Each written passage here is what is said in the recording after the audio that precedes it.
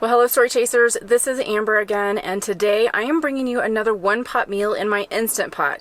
You guys have been requesting a lot of these videos about how I cook, and especially seeing how I've been losing weight over the last several years.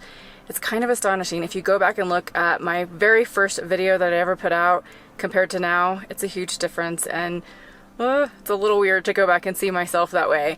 But I'm still losing weight. I still have a little bit to go, but I'm well on my way and I'm doing it very healthy. So I wanted to share with you guys one of the things that I cook. I'm in my van all the time. So if you're new to my channel, I travel full time in my Class B Hymeractive van, and it's a minimalist setting. So a lot of people want to know, how do you cook in a van when I have the limited space and limited resources to cook? So I do a lot of cooking in my Instant Pot and a lot of one-pot meals in my cast iron skillet. So today I'm going to show you how I cook one meal in my Instant Pot. I'm cooking rice, fish, broccoli, or broccolini actually, and mushrooms. So 4 items of food in one Instant Pot, and you know what? They come out delicious. All right, so let's get started now. Come on, let's go.